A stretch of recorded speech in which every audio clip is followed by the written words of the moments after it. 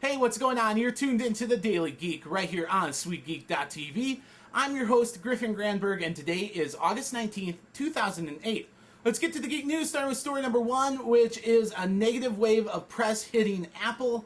Starting out in Japan, where iPod Nanos are actually overheating and scorching nearby paper due to sparks. Japan saying, hey, Apple, you better check this out. Apple is doing so. Another part of the wave, iPhone battery life, reception issues iPhone is having, and of course the activation problems that were happening.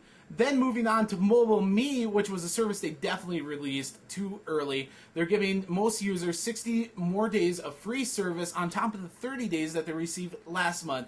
And then lastly, the last part of the wave is TechCrunch's Michael Arrington definitely throwing a gut punch with his latest blog article telling about all the Apple equipment that has been failing for him. I'm including a link to that blog post on the interesting links below. Story number two, the Princeton Review has been releasing tens of thousands of people's information, including their name, like their location in Florida, their standardized test scores, all sorts of information. And you know who found out that the Princeton Review was doing that? Their competition, and they went right to the New York Times with it. The New York Times has an awesome article. I definitely recommend you check it out. It's included on the interesting links below. Story number three, MuxTape, which was a mixtape sharing service, now has to close down due to RIAA problems. They're hoping to fix the things with RIAA, and we'll keep you up to date on if they actually do. Story number four, online reputation management is going to hit $120 million by year's end, says eConsultancy. Now, what is online reputation management or monitoring? Basically, when you type in your name, like your name or your company's name into Google, and then all of a sudden some guy posts a blog that said, oh, your company sucks. Well, there's a problem, and online reputation management companies are set to try to fix and smooth things over, and like I said, that's due to hit $120 million by year's end. Pretty crazy.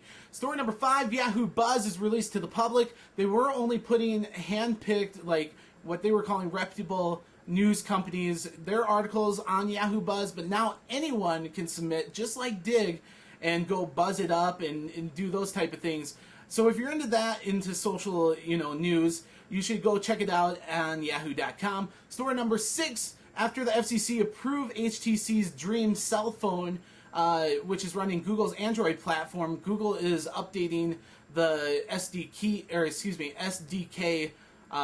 kit for the Android platform. Story number seven, according to NPD Group, cell phone sales are down by 13%. They're still at about 28 million, which isn't bad. They are saying that even though people are buying fewer cell phones, they're spending more money when they do buy cell phones.